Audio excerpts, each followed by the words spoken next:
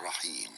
يسبح لله ما في السماوات وما في الأرض الملك القدوس العزيز الحكيم.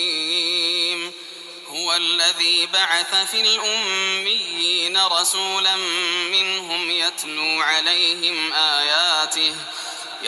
عليهم آياته ويزكيهم ويعلمهم الكتاب والحكمة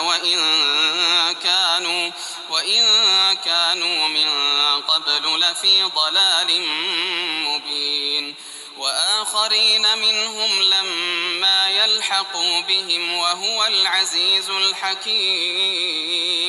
ذلك فضل الله يؤتيه من يشاء والله ذو الفضل العظيم.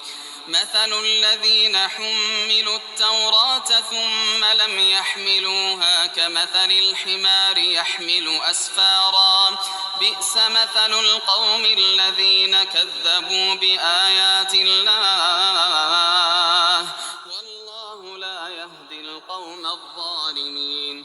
قل يا أيها الذين هادوا إن زعمتم أنكم